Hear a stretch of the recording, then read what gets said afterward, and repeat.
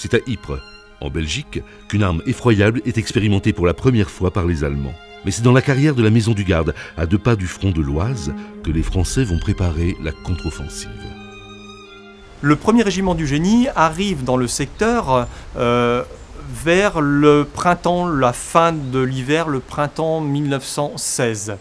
Il est chargé d'une mission totalement secrète, tellement secrète que les soldats qui tiennent les premières lignes eux-mêmes ne savent pas de quoi ils retournent.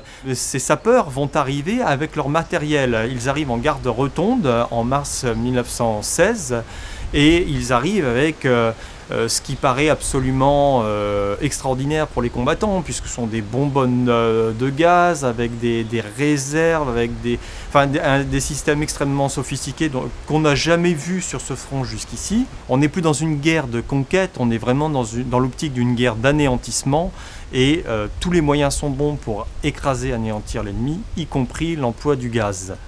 La guerre des gaz a ça d'abominable qu'elle va provoquer des dommages qui vont dépasser et de très loin les limites de la Première Guerre mondiale.